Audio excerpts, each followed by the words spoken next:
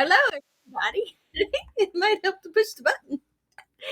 It's Joanne Wallace, the Angel of Angel Citadel, and we are back again with another wonderful discussion about TTRPGs and games that we're playing. And I'm here with my wonderful co host, loving husband, Josh Wallace, the keeper of keys of Angel Citadel. There's really only one key, I mean. My keychain begs to differ. Well, those aren't to the Citadel. I mean, you've got cars, and then there's, like the safety deposit box, the firebox or whatever, but the Citadel's really only got one key. That really big one with the two prongs at the end that doesn't actually fit in any of the doors anymore because nobody actually uses those kind of locks. I was fixing this. I thought you were fixing to talk about electricity arcing between them. Zzz, get to work. Zzz, get to work. So you guys are lucky. We actually made it. I'm afraid I was a little distracted tonight. I've been playing Horizon Zero Dawn Forbidden West a lot, and yeah. I completely forgot, and I'm like, oh shit, it's 8 o'clock. We need to get in the bedroom, get started, get ready.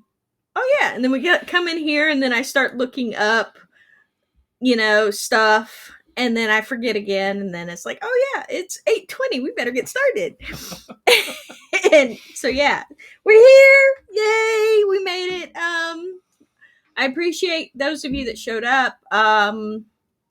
So what are we going to talk about tonight? Well, tonight, I think we planned on talking about campaigns and ending them. So you laugh, and quite frankly, I kind of laugh too because the funny thing is, neither one of us, I think, has ever actually ended a campaign. I have never ended a non-module campaign. Life has always happened because life finds a way to everything up. Dude, that Jeff guy, man, he knew what he was talking about.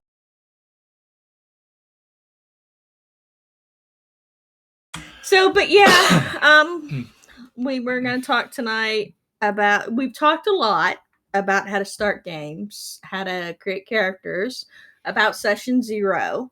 Now we want to talk about world building.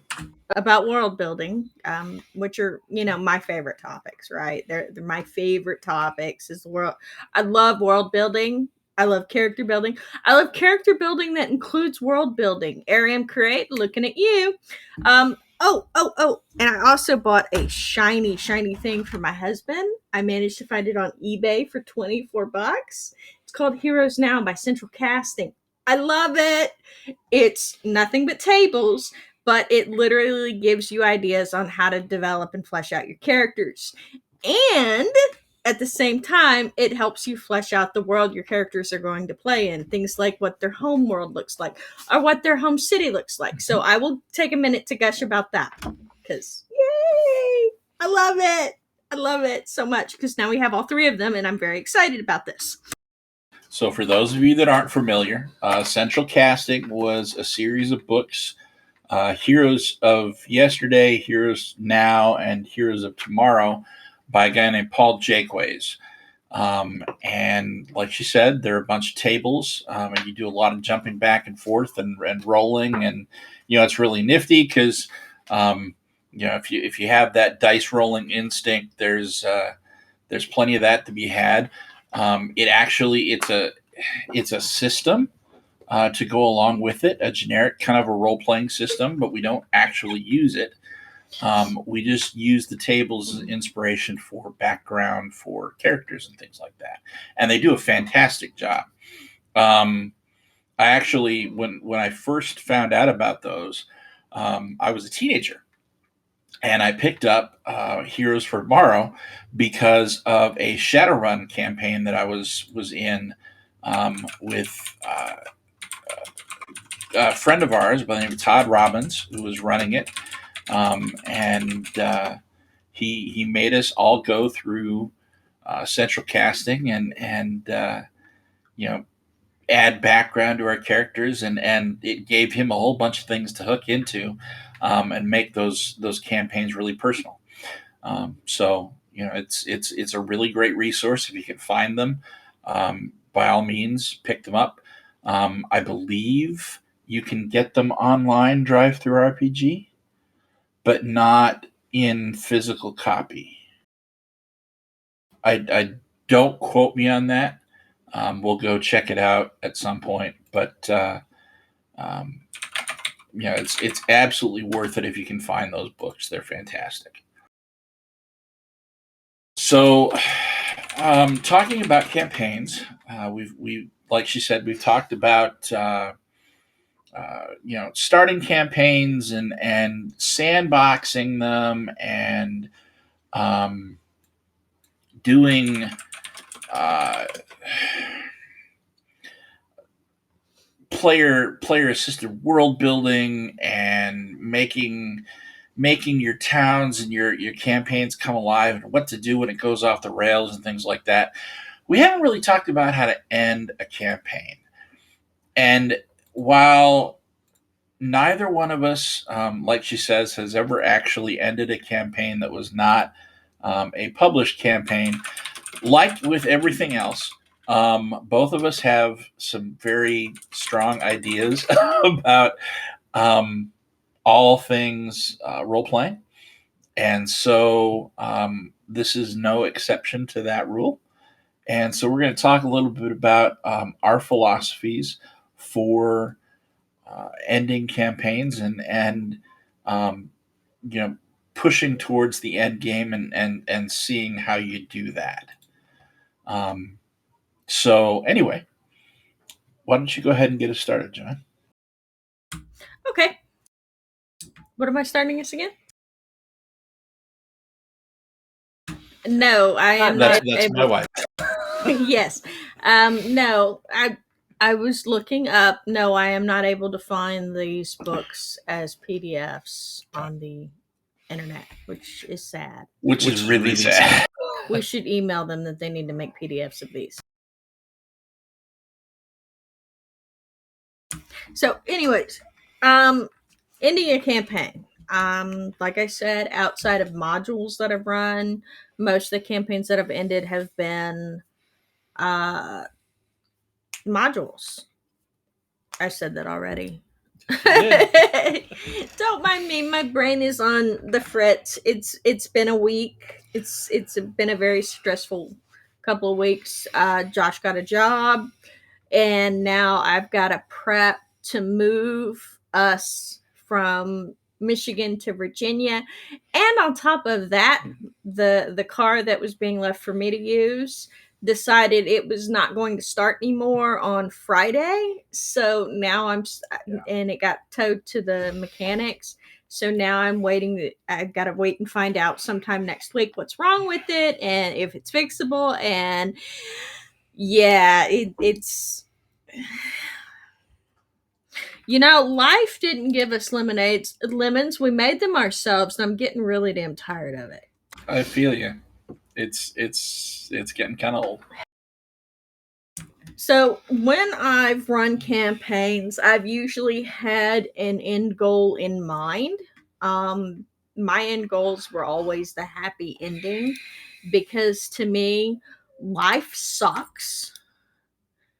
So I wanted to give happy endings, and I'm not talking about the sexual kind that come from massage parlors.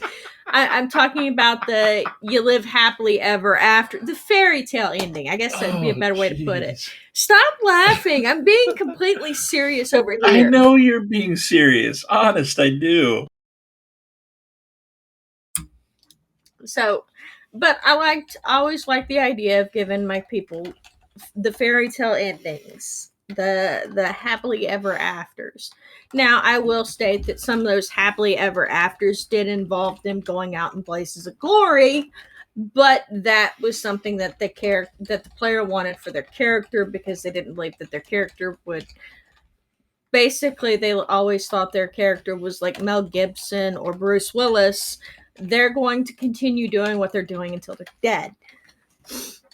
And no matter how old they get, they were going to keep doing it. Because Bruce Willis, even though he's like getting up there in the years, he's still doing action movies.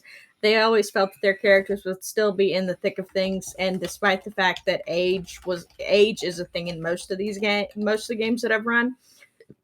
But anyways, I'm off track. So my always goal was fairy tale endings. I liked the concept of the fairy tale ending, the happily ever after. But like I said, outside of the modules that I've run, like Pathfinder's Adventure Paths, I never really had a chance to actually end campaigns because life. I'm kind of the same way. I actually have never actually run like a Pathfinder adventure path or anything like that, where it's a long 0 to 20 type of campaign, right? So I've done a bunch of individual modules, okay, and I've finished those, and those are fine. And it doesn't seem to matter how long they are, with one exception. And I cringe bringing this up because I love the guy that wrote it, but in my head, it's his worst module because it's the hardest to follow. And it's The Return to the Temple of Elemental Evil by Bruce Cordell. Bruce, I love you. Good grief, I love what you do. But the following that module was such a pain in the butt. It's so difficult. And it's not because the module's like poorly written or anything. It's just so stinking big. They've got so much faction to faction interaction. So if you do something in some section of this massive dungeon, those that are near it get affected, and then it matters in your interactions with them, and it's a mess. So that's maybe one of the few that I've actually not completed, but most of them they're just simple adventures, and you run 2, 3, 4 sessions or whatever, and you're done. And I've done that. But the big ones, like she's talking about, like the Pathfinder Adventure Pass, like Rise of the Rune Lords or something like that. They've got 100 of them now. I've never actually run any of those at all. Actually, I don't think I've run a Pathfinder Adventure Path. No, the only adventure path, and I use that quote loosely, you started running the dragon one from D&D 5e, that the with the dragon clan thing. The Rise of the Dragon something. the one with Team Matt in it. Yes, that one. Yeah. And I just had the book in here a minute ago, but yeah, the Rise of, or the Dragon one. All right, and to answer Fook's question, this is going to sound very trite. You need to do what's most comfortable for you. Mm-hmm. And the reason why I say that is because I tend to do more prep in my head with only a few things written down, like NPCs and where the NPCs are located and what the NPCs' motivations are. Whereas Josh, on the alternate hand, tends to write a lot more down with his campaigns and what he's planning. So in the end, it's down to what is Fook most comfortable with. And realize that could change, right? So when I first started, I wrote like everything down. I wrote out modules that had those nifty colored text boxes where it's read this word for word to the character. I literally everything I prepped had crap like that in it. I wrote out full stat blocks. I did the whole 9 years because when I was a kid, that was all we had, right? And the only examples that we had of what an adventure looked like had all that in it. And I'm sitting here thinking, okay, well, if I'm going to write adventures because I'm going to be a GM, I have to do this. Now I'm older. I'm 43 now, and I've gotten, I hope, a little bit wiser. And so I don't write nearly as much down. I spend more time with writing things down now, focused on like faction interactions or NPC motivations or things that characters know or are doing or have brushed up against that I need to remember to bring back later to bite them in the butt.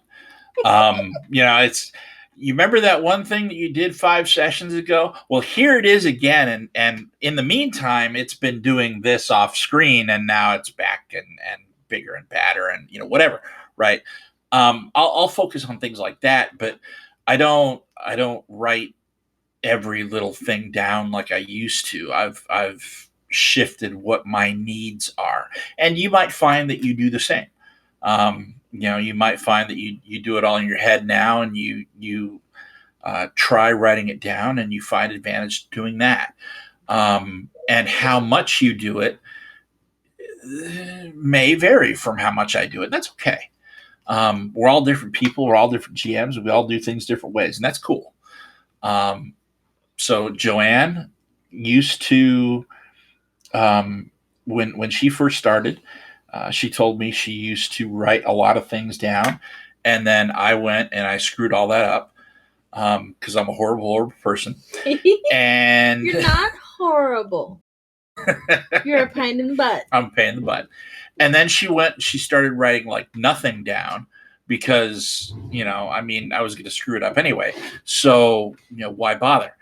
And she's kind of settled back on writing some things down, but it's different things. I found the happy medium. That's what I mean. You find what works for you, and your happy medium is different than mine, but it's still what works for you.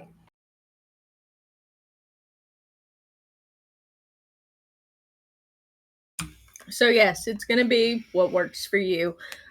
You will find that a lot of our answers to questions like that do come down to personal preference. The other thing that I found doing is having lists, particularly when it comes to things like D&D or Shadowrun.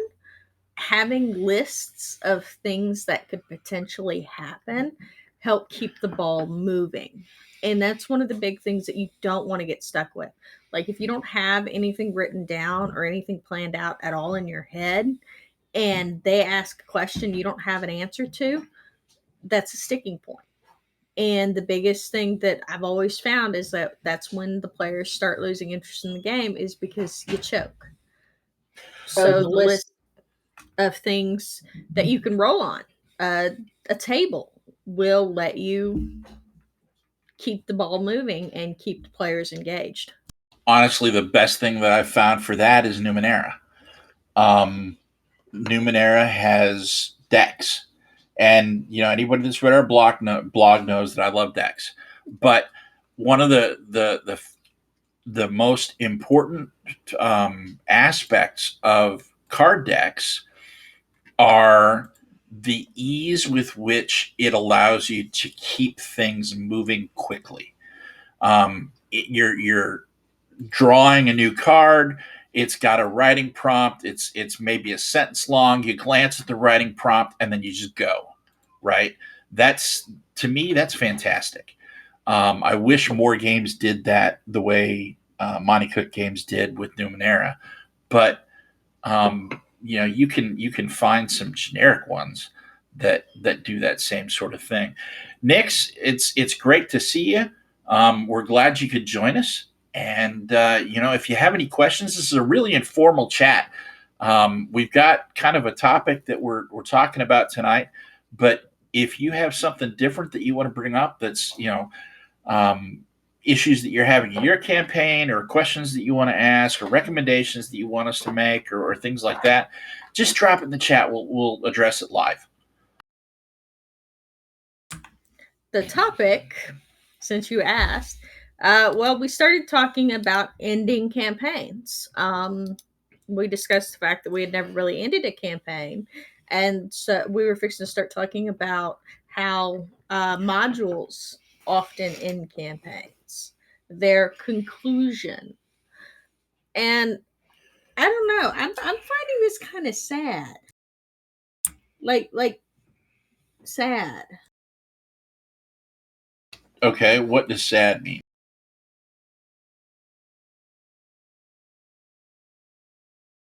Well, okay, so this is not typically. Um, I've never seen. I have an end idea. Typically, when I start a campaign, I typically don't have the ending because I don't know what the players are going to do during the game. Like I was saying earlier, my endings have always been focused on the fairy tale ending or the ending that the Hi, Welcome, Ryan. welcome. Please drop in anytime. Like I said just a few minutes ago, it's a very informal chat. Drop questions you have in the chat. We'll answer them live. We're really talking about what you guys want to talk about if we can. Otherwise, we have stuff that we talk about, but we'd rather help you guys. So Yes, we'd rather talk to other people rather than shout into the void. Although I'm good at shouting into the void, it's just frustrating when it doesn't. It shouts back and is all like, "What are you doing? Stop waking me up! I was sleeping." So what I was saying is sad is they. So this book is massive. It's 400 and some odd pages, right? this is Rise of the Rune Lords. Rise of the Rune Lords. Pathfinder 1E First Adventure Path. Yes. Well, the copy I've got's the anniversary edition. My son gave it to me. But yeah, this is Pathfinder Adventure Path, Rise of the Rune Lord. So it's a really. Can y'all see it? Yeah, y'all can somewhat see it. Show. There we go. There we go. I just had to put it on my boobs. It wanted boobs. This is this. It's fairly thick book, as you can see. But out of all these out of this entire thing, the conclusion of the thing is like 4 paragraphs. And it's concluding the campaign, and I guess it's just something you read out. And that just seems kind of sad. Anticlimactic. Yes. That's a good way to put it. It's very anticlimactic. And it even, and not only, so this is a concluding campaign. It's like 3 paragraphs, and then the 4th paragraph is consult Appendix 1, continuing the campaign, determine where things might go from here. So not only do you not get to actually end the campaign of happily ever after, you get to go to continue it, and it's like, well, what's the point? Because you're supposed to, by the time you get to the end of the campaign, you're supposed to be level 20, and that's the end of the game in Pathfinder. So, like we said, none of us have ever really finished a campaign that wasn't published. You asked the question: does one need to plan the end in the early stages, Fook? I'm of two minds on that. If you're going to run a published adventure, the ending's already been thought out for you, and you need to know kind of the dynamic of it. But as we've talked about in past episodes, one of the things that I do, or what I tend to do with my campaigns, is sandbox them, right?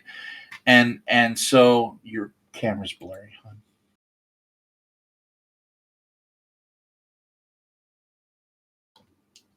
hon. One of the things that I tend to do is focus on what my NPC's goals are.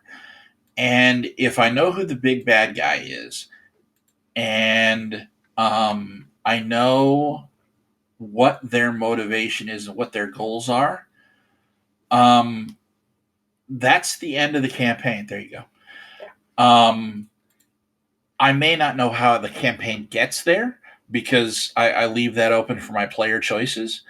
I may not know quite how that battle or and confrontation, like maybe is a better word, is going to look like, but I know where the goal is and where point B is.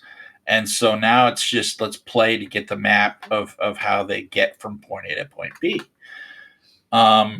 You're trying to make the best you game the best you can by hiring people to make maps, BBEG, etc. That's one way to do it. That's becoming more popular of late. There's some resources out there to be able to hire people.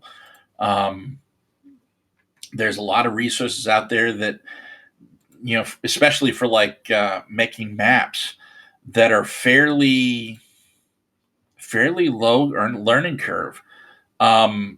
Personally, I use Campaign Cartographer. I'm not sure if you're not big into cartography, I wouldn't recommend it. I'd actually look at something more like Incarnate or Wonder Draft because it's a really low learning curve. Or if you really don't want to do any work, um, you can combine um, Agazar's world generator and oh Watabu's city and um, dungeon generators, and they're fantastic. I love them, but yeah, there's lots of options out there. Don't forget, Don John also offers the entire world building thing.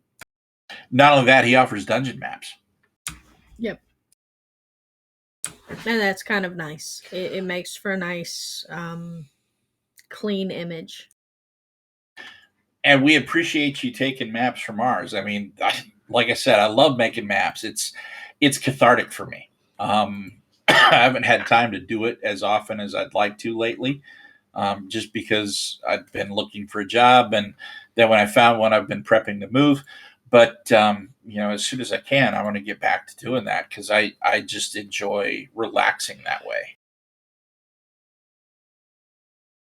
Yeah, it's there's lots of options for maps, unlike used to where you would scrabble and search the internet for hours and hours just to find a map that closely resembles it to show your players and say, well, it looks kind of like this, but Another one that's actually worth discussing is crud. What's his name? He has a Patreon that he does free maps on.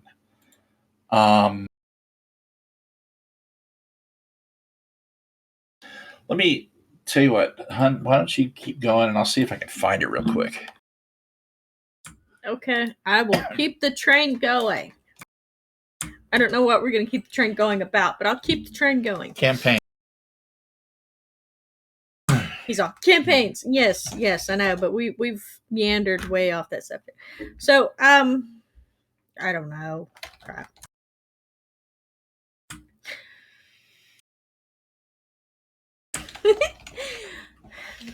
But yeah, I like preparing ends to my campaigns. At least give me an idea as to where they're going, where they're going to end up, even if I don't know exactly how they get there. I'd have to look it up and find it, but there used to be a really good grid, no graph. That's yeah, graph on different ways you can get your players from point A to point B without them feeling railroaded. And it involved the different like if they had more diplomacy over more combat, more intrigue over um, snooping around in digging in a dungeon, and it just offered multiple ways of getting the information that they'd need to find places to go, how to get there. Um, and it very much focused on making sure that you didn't hinge anything on a single die roll.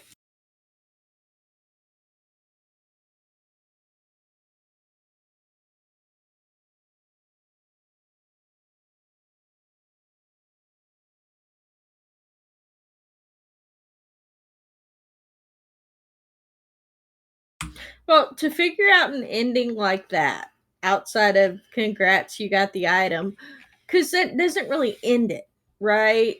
You got if if we look at the other movies, like for example, or yeah, movies. Let's look at movies for a minute. Let's look at National Treasure. He got the map, right? And he got all the pieces that he needed. And I don't know why my camera keeps messing up, but he got the pieces that he needed, and you'd think it ended, but it didn't. It didn't end there. He was still hunted because he had the stuff. So nothing says that they have to end with just getting the item. What if they've got to destroy the item? And then you could end it with them having to throw it into some sort of volcano with a screaming golem attached. Sorry, Lord of the Rings reference. I'll throw that in there. But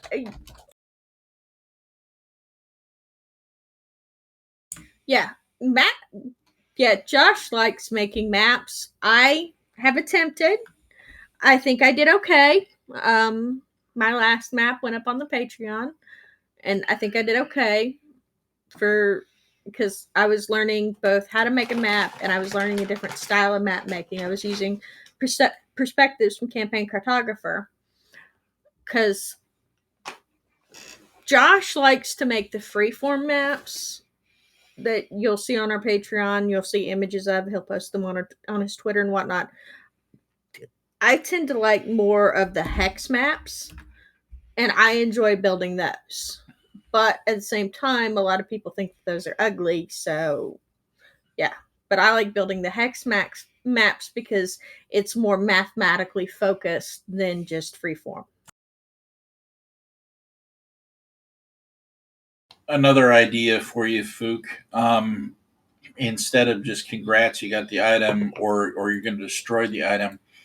Um, Perhaps somebody else is looking for the item as well, and the climax of the campaign is you have the item. Now you have to keep it away from them while you figure out what to do with it.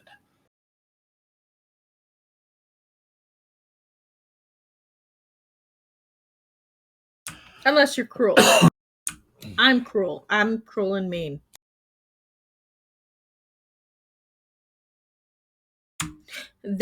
I ran a campaign where they had to collect an item and they had to keep it away from somebody, and then they decided to put it on, and so I had bad things happen to them. I had a monster. One of the campaign. It was a D&D campaign, and they decided that they were going to play with a lich's phylactery instead of destroying it. They decided that because it was a really nice because the phylactery chosen was a really nice loot, lute, loot. And so the bard decided that instead of destroying it, they would keep it. And so every time they played it, they lost part of their life essence until the last song that they played, the lich rose again, eating their face. And then Harry Potter came out with the Horcruxes. Nom nom nom nom nom. Delicioso.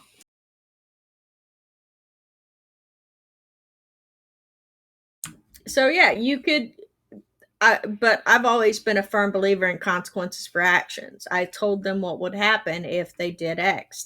Chose to do X. X happened. And yes, I shared that meme around earlier today. There are consequences to actions, and as much as this is a fantasy world, and it is, don't get me wrong, and gaming is at least partially about escapism. Um, there are consequences to actions, and if you don't use that, you're missing something that drives story, and makes it interesting.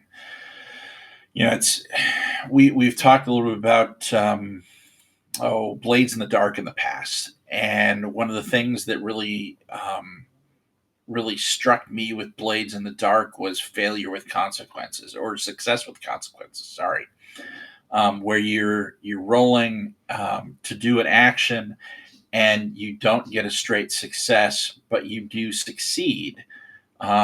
But something else complicates it, the way in a way that you didn't anticipate. So, for instance, just as dumb a dumb concept or whatever, you're in the middle of trying to steal a letter off of a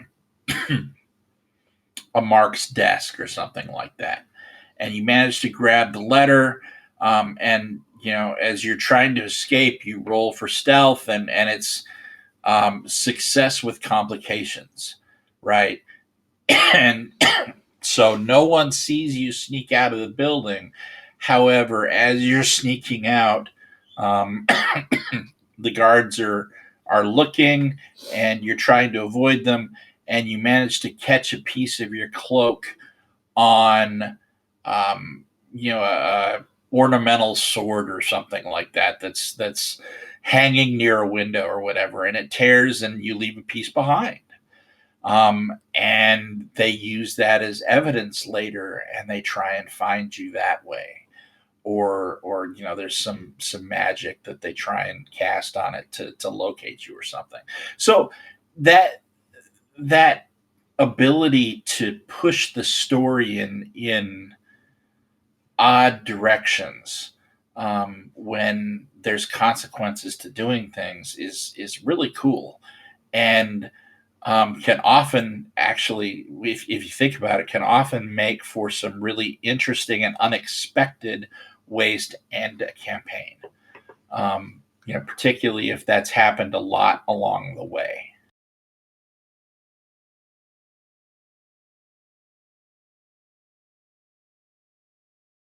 Been listening to a lot of RPG horror stories recently, and kind of believe most of them are made up. Very likely. I will state that some of them are made up and some of them are true. But since I don't know which horror stories you're referring to, I can't really tell you which ones are made up and which ones are true.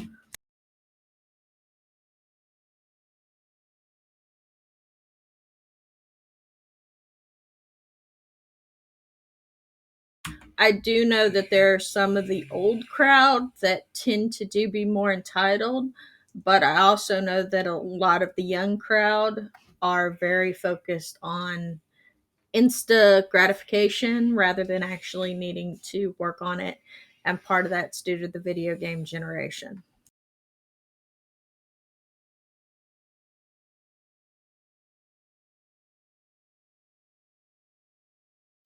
So as far as ending campaigns go, it kind of depends on what you're doing. If you're doing a published campaign, like I said, there's uh, the ending's already written. That doesn't mean you can't modify it either. And we highly recommend that you do, because if you can purchase a module, somebody else can too. Um, if you're doing your own, which I highly recommend anyway because it's fun. Um, know what your villains want, know what they're trying to achieve, and assume that they're smart enough to at least get most of the way, until the players decide that they want to pull into direct conflict with them, and then have it out. But even then, right? The the aftermath of that, the denouement of the campaign, could be kind of interesting. For instance, I'll throw out another example. Let's say your bad guy is leading an army, and he's coming out of his hiding place, and he starts cutting a swath through the kingdom, um, and you have a choice of going to stop him, or to help one of the towns that he's cut through, or to go off and stop him immediately. And you choose to go off and stop him immediately, right? So you go and you have this you infiltrate his camp or whatever, and you cut him down, and the army disperses, and yay us. But this village is one that you've been to before, and some NPCs there, and you go there, and all of a sudden, two or three of the NPCs that you've worked with over the course of this campaign are dead because you didn't help, or something along those lines, right? Um, the the denouement of that campaign can have some really interesting complications if you've allowed it in game, and so that's not so much something you plan ahead as you let play out on its own.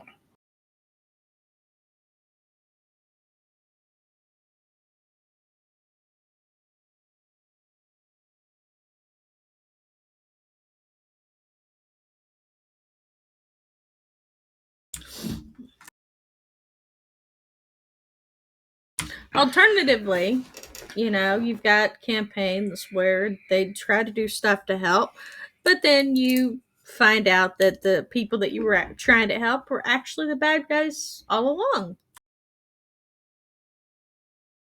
And I'm going to reiterate that this is something that you talk about with your group beforehand. This isn't just I'm going to surprise you with this, because that's kind of cruel.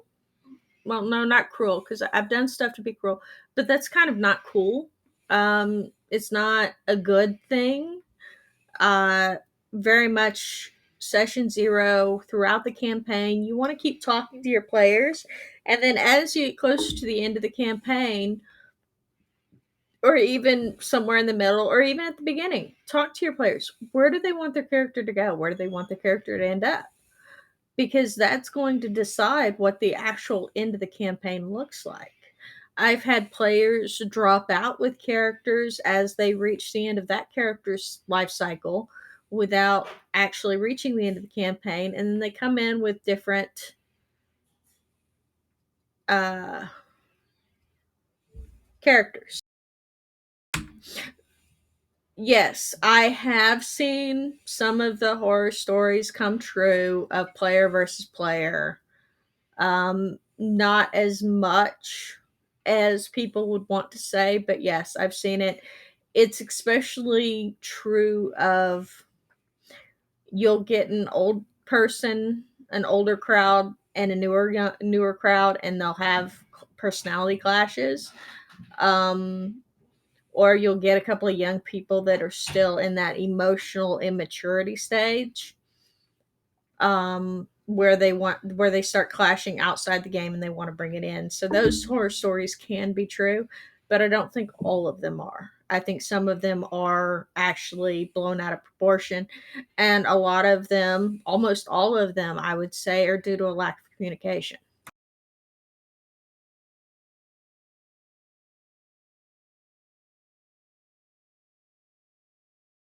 Yeah.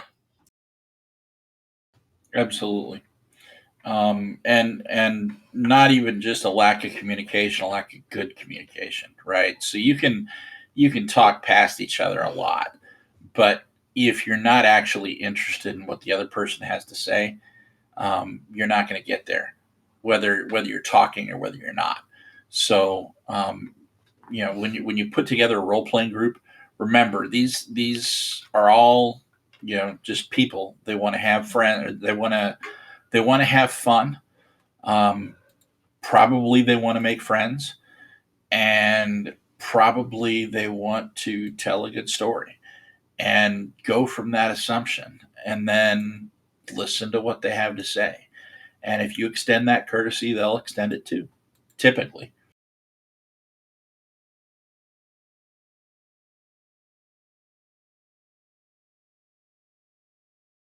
Well, I hope that the talk that we had last week or the week before last or whatever last time we did our talk, that it was helpful. But yeah, I firmly don't believe that you don't bring player versus player into character versus character or vice versa. That's why I'm very much on the communication, discuss, and make sure everybody's on the same page. Because if you're not, then you're kind of shooting yourself in the foot.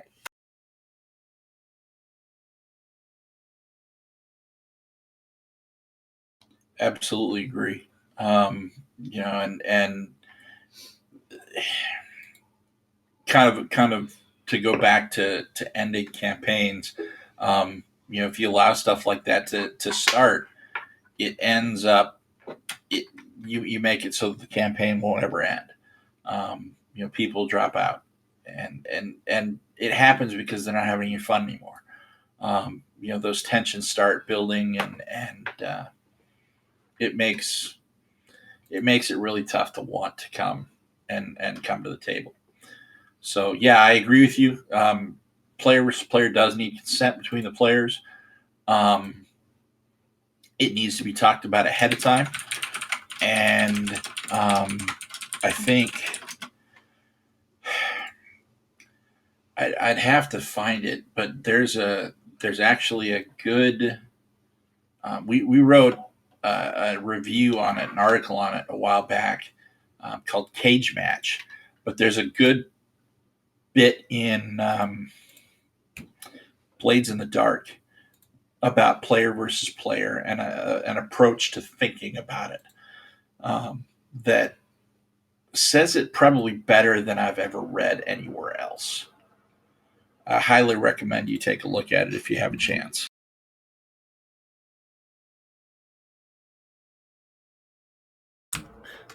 My kid just got back from camping with her father and his sister, so she she's excitedly telling me about that. So if I seem slightly distracted, that's why. Evidently, they went camping with a lake, and she got to go swimming, and that's good. I'm glad she got to go swimming. She typically doesn't like going swimming because she has self image issues. She's a sweet child. Um, but yeah. That link to that PC versus PC conflict is in chat. So Yep. So I will gush for a minute about my kid because they're adorable and I love them to bits and pieces because they're my kid. there's nothing wrong with that. It's our soapbox, and we can talk about whatever we want. Well, they're excited because they're gonna come up this summer with their boyfriend. They've been boyfriend and girlfriend for 3 years now, and she wants me to meet him. And he seems like a sweet kid. I've talked to him a couple of times. He's a little weird. It can, and actually, she does play. Um, She plays Pathfinder, and it does help, but part of the problem is that Eli's younger older sister. So Eli's the oldest, and then his sister beneath him is very much a image focused, self conscious, very focused. Always has to look perfect going out. Always has to look perfect in whatever they're wearing, etc., etc. And when Arlo spends time, and Arlo is much more like me, and it's like, yay, clothes. I'm wearing clothes. I got pants on. That's a great thing. Um, and they're clashing. And Arlo has discovered that she enjoys exploring new styles, things like the Lolita, um, goth Lolita, I should say, goth clothes, And I'm happy for her to explore whatever she wants to explore, because I want her to be happy and confident in her own skin, because at the end of the day, it's clothing. It's what you put on your body. It's Mhm. not who you are. That's right. And I guess kind of getting back to gaming, and the comment that you made, Fook, there's a lot of that can happen in gaming too, and I look at it all as a good thing. That it allows you to explore um, other viewpoints that you're interested in. Um, I think that with a little sensitivity, you can go a long way in understanding um, perhaps what other people might go through with some discussion um, by by role playing it, and that's a really cool thing to me. Um, so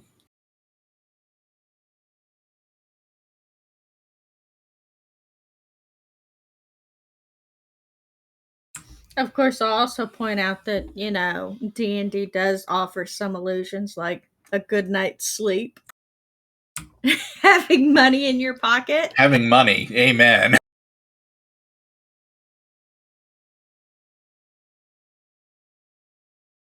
being able to pack up and go at a moment's notice to fight good fights. But at the same token, it also teaches good things. It doesn't teach us that there aren't bad guys in the world. D&D teaches us that they can be defeated. And that's a pretty important lesson. So um, it may take an entire campaign, right? It may not be one of those things where you just, oh, I'm going to wake up one morning, I'm going to beat this bad guy down, or I say bad guy, but maybe it's an event, or maybe it's a circumstance, or whatever, right? But sometimes it takes a lot of work and a lot of preparation and a lot of, okay, now go here and do this one little thing, and then come over here and do this other little thing, and you add all these little things together, and it makes it so that you can overcome this obstacle. But it at the end of the day, it can be overcome, and Side quest for life. pretty much, and that's kind of a cool lesson to learn. And so I'm going to take a minute to gush about Aloy again, because I've been having lots of fun with that. Not real. It's only bad when it becomes disappointing. You can, because I've had campaigns that fizzled out, and it was kind of disappointing because I was excited to see where things were going to go and what was going to happen. But at the same time, them fizzling out because of life is something that you have to accept. It's not so much that it's a bad thing. It can be a sad thing. It can be well, I'm kind of sad about this, but it's not necessarily that it's a bad thing, because when you've got life, you can't really control it. Like, people's schedules changing, people's lives changing, time that they had available isn't going to be available anymore. Like, for example, our streams are going to be shifting around some, because the times that Josh was available before aren't going to be there as much. So we're probably going to end up having to move our Friday night stream to a different night for gaming, because of him being in Virginia, and the fact that I'm going to be driving to Virginia to see him. Because I'm not going to spend 2.5 months without seeing my husband on a regular basis. That ain't gonna fly. Not again. The other thing is,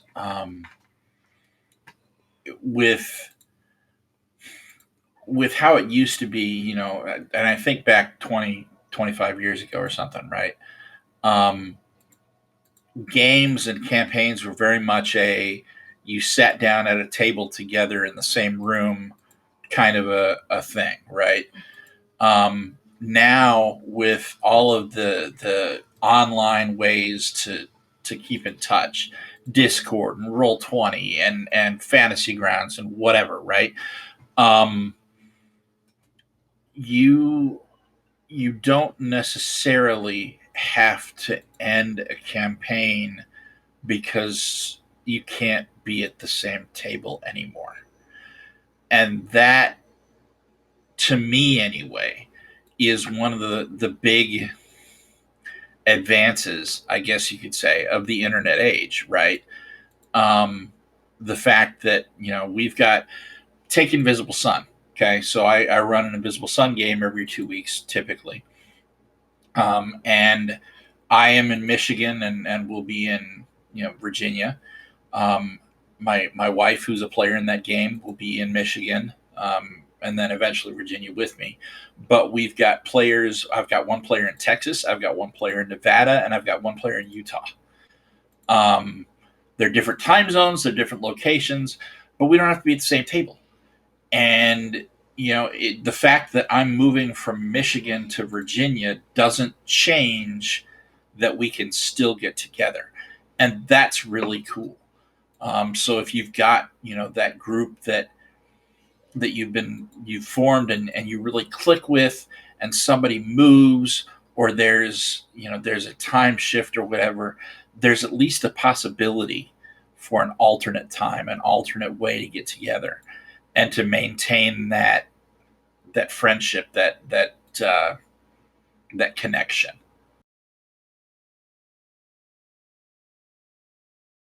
Boy, play by post is hard. I love the idea. I absolutely love the idea. I have not actually been able to run or play in a play by post that that felt like I was doing well. Um, I I don't know. That's a sticky point for me. The hard part about the play by posts is when you get people that aren't committed, or you have expectations beyond what they can commit to. Like, I had one person that expected everyone to post two times. They set the requirement for two times a day, but then other people would get all excited and do all these postings during the day, and then the person who didn't have time didn't really get a chance to actually do anything to join in. um Playing by emails a little better, but you're still got that gap in time. Now I've done board games play by email, and that can work. I've done that successfully, but even then, it's not as, I guess, easy as it would sound. Um, but it is doable. So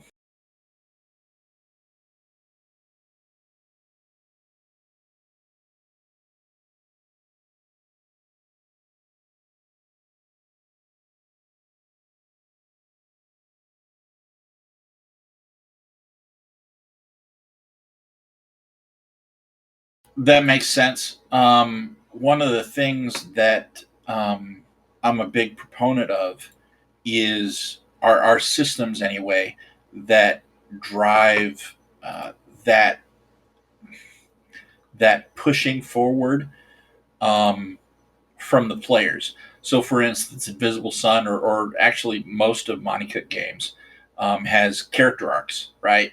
And so you select a character arc, and then your character has this goal out there, right? And it's pushing towards that goal. Games that do that, intrinsically, are a lot better for things like that, than games where, it's not as directed, and like a Dungeons and Dragons or something like that. When you try and sandbox it, you have to have really dedicated players. You have to have really inventive players that want to take it by the horns and say, all right, this is what we're going to go do. And then it's fine. But if you don't have players that do that, or it's difficult for them to do that, that makes it really hard. I agree.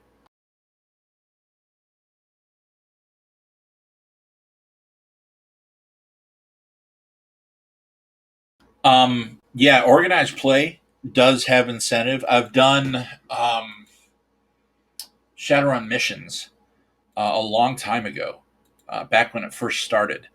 But it's the same type of thing, right? And that's that's a lot of fun. Organized play is a great way to keep things moving because they constantly come out with new things for you to do.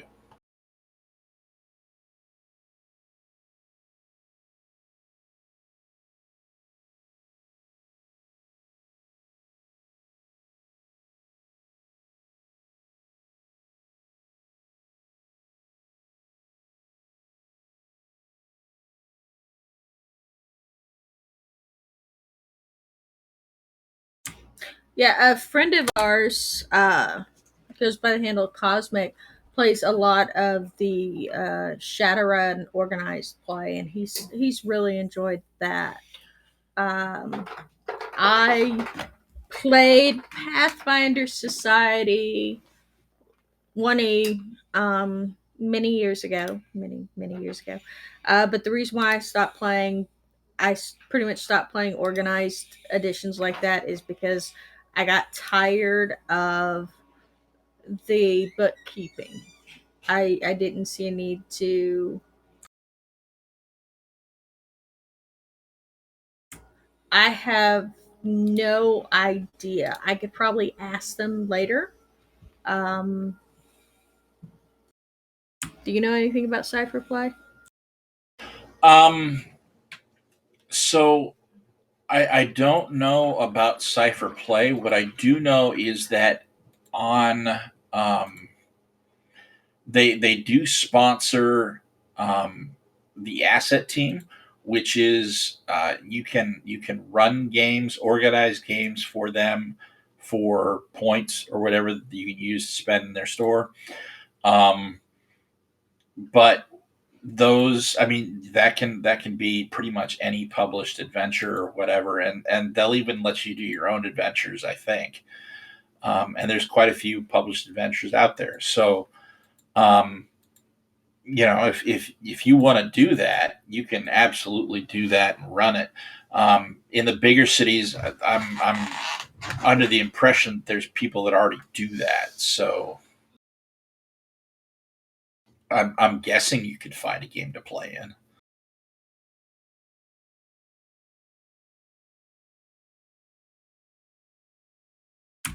No, I don't think it's wrong necessarily, as long as the GM and the other players are okay with the character keeping it a secret. I know that I had a character that kept their magical items secret because one of the players decided they were going to start the game as a klepto, and we had agreed to it, but then we all agreed at the same time that they wouldn't know what the other character was carrying at all times because of their quote unquote inability to help themselves. And yes, Meridian, the bookkeeping in 1A was crazy. I couldn't keep up. It was a, did you shoot 1 hour or 5 arrows? Do you have 3 days of rations or 5 days of rations? And I was trying to do it as a GM, and it was too much. I couldn't do it. I wanted to play a game. I wanted to tell a story, and I couldn't. With regards to cyber stuff, I do know that if you're on the asset team, and that just requires you sending an email to them to join the asset team.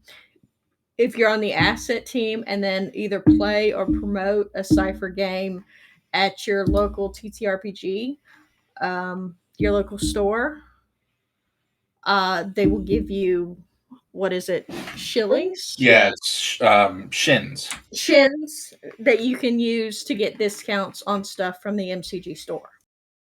And they and they have asset group or asset team specific items that you can buy that no one else can buy. So there's that too. There's some really cool stuff that they've got. So there is always that as an option. If you're on the CU server, you can also ask them there. Latia, that's the Cipher MCG Community coordinator. community coordinator. They have uh,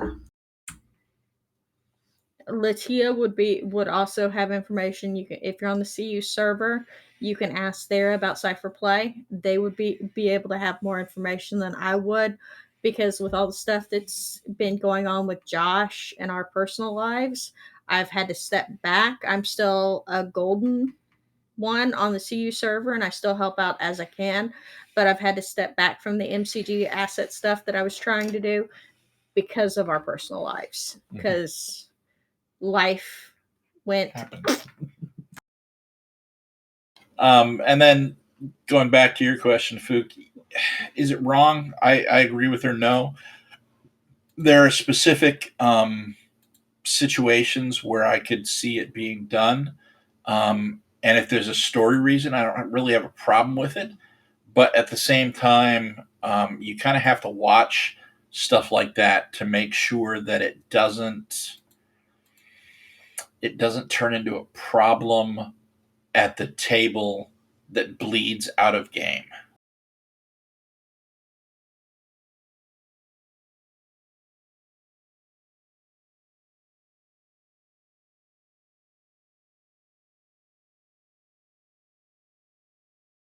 Yeah, that kind of surprises me. If you lived in Seattle, there's a few game stores. I lived in Spokane for a while, but I had friends out in Seattle and would visit occasionally. And so you know, there's it's not that there aren't gaming stores out there. So if there's nobody playing it, or if there's nobody running games out there, that I don't know, that's sort of gaming central. I mean, Wizards is out there, Hasbro's out there, MCG's out there. Can I point out the statement that you started with? It's gaming central. It'd be a little hard for them to find a group for Cipher if D&D's got such a big chokehold. Well, but he said that there weren't many people playing at gaming stores.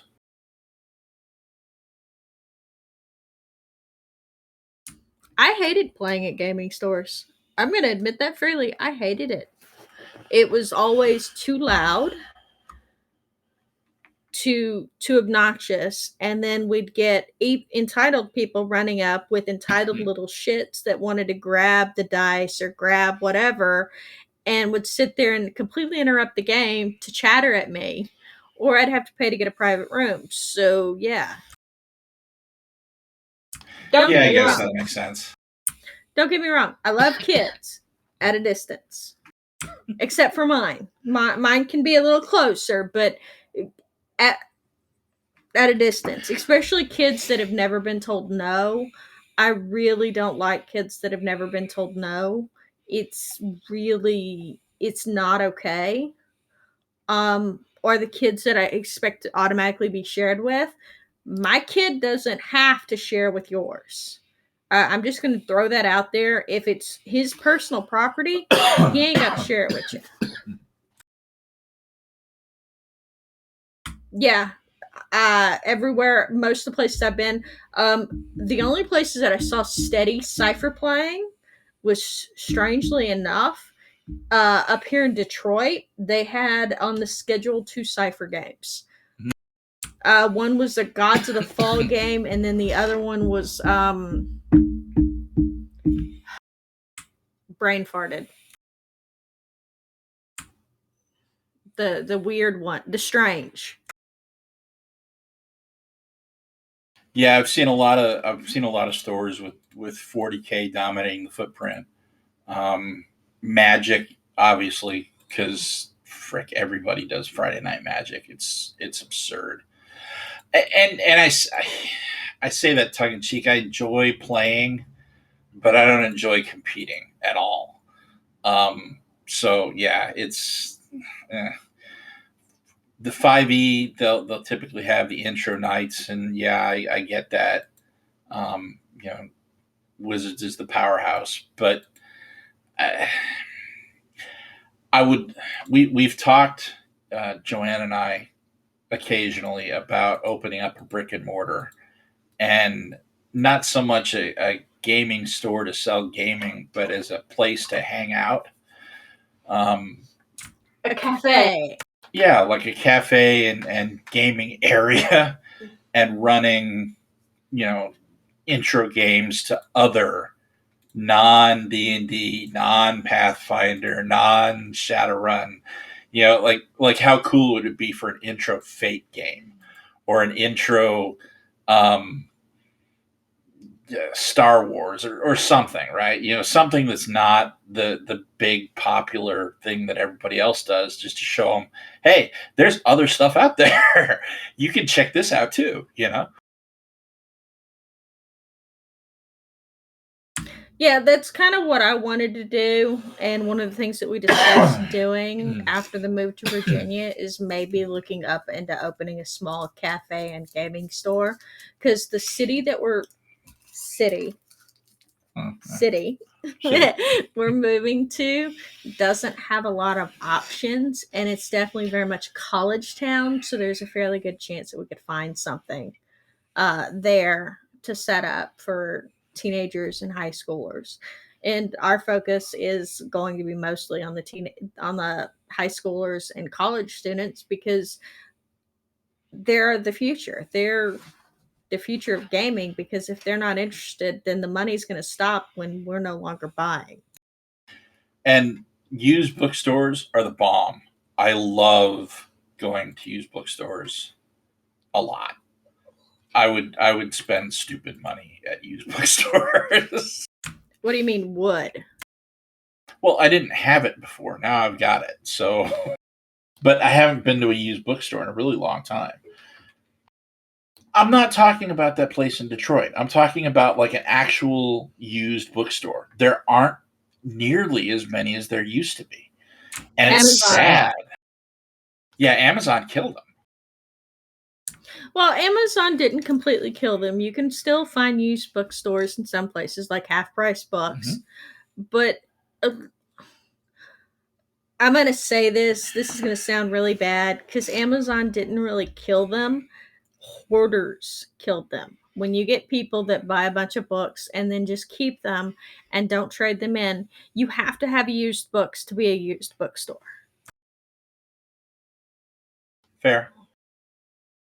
That's why I said that I wanted to open the cafe because I can always get coffee, I can always get tea, and I can always make food.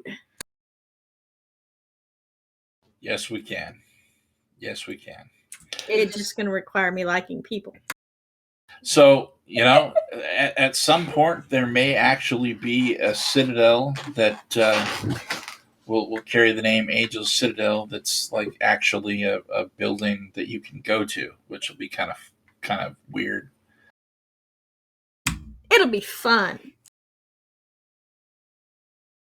We'll see. It'll be fun because I'll make it fun. No. I don't mean we'll see if it'll be fun, and we'll see when and if it happens. No, it's going to happen. The only question is when. Okay, when it happens. All right, folks. I think that's the end of our topic for tonight. If you guys have any other questions, feel free to drop them in chat. Otherwise, we are going to call it here.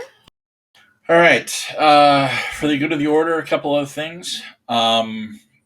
We have dropped a link in chat to our link tree. Chase us around the internet. You can find us everywhere there. We've got merch now. The link there is in the store, and you can get Angel Citadel on like sweaters and coffee cups and like phones and masks and other cool things. We have a Patreon. You can join that and get access to some Patreon only stuff. You can ask Fook about that. He's one of our patrons. We're very grateful for that. As far as stuff coming up this next week, we will actually not be streaming. Friday, I am will be my last day here in Michigan, and I'm taking my wife and dad out to dinner. And Saturday, I drive down to Virginia. So we're going to skip the Sunday stream, just and do some internet testing to make sure that we're okay for the following week. But so yeah, we will not be streaming at all next week, and we'll hopefully be back the week after with starting on Friday with our video game stream, and then Sunday with Invisible Sunday, and then this show that week.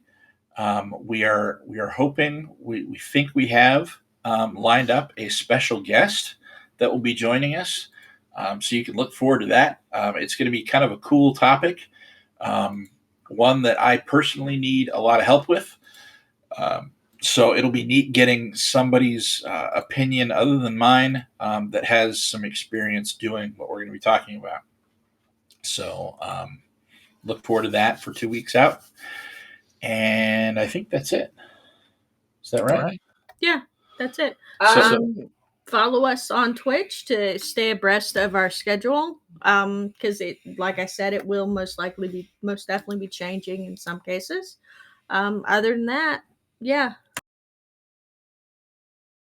Yeah, and if you miss it on Twitch, our videos get posted on our YouTube channel, which you can also find on our link tree. So you can catch up on stuff you missed there. But other than that, from our Citadel to yours, happy gaming. Happy gaming.